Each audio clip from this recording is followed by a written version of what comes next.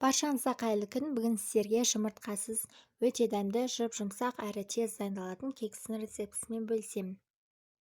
Бұл кекіс 10 минутта жасалады, тіпті одан да тез дайындалады. Жұмыртқамен жасалған кекстен ешқандай айырмашылығы жоқ. Міндетті түрде жасап көріңіздер. Сіздерге ұнайды деген ойдамын.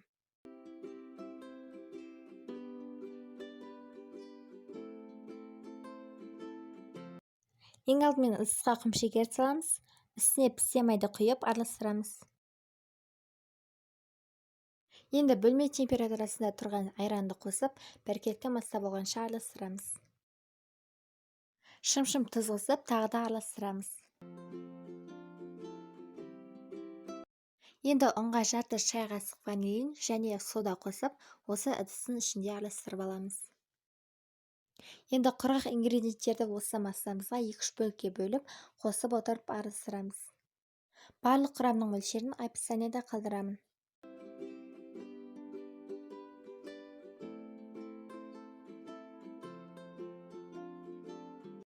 Кекстің қамыры дайын болды, осындай қойлықта болу қажет.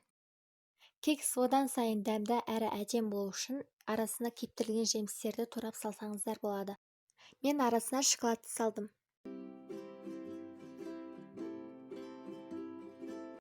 Қамырды кекстің формасына салып шығамыз. Мен шамамен 1,5 қасықтай салдым.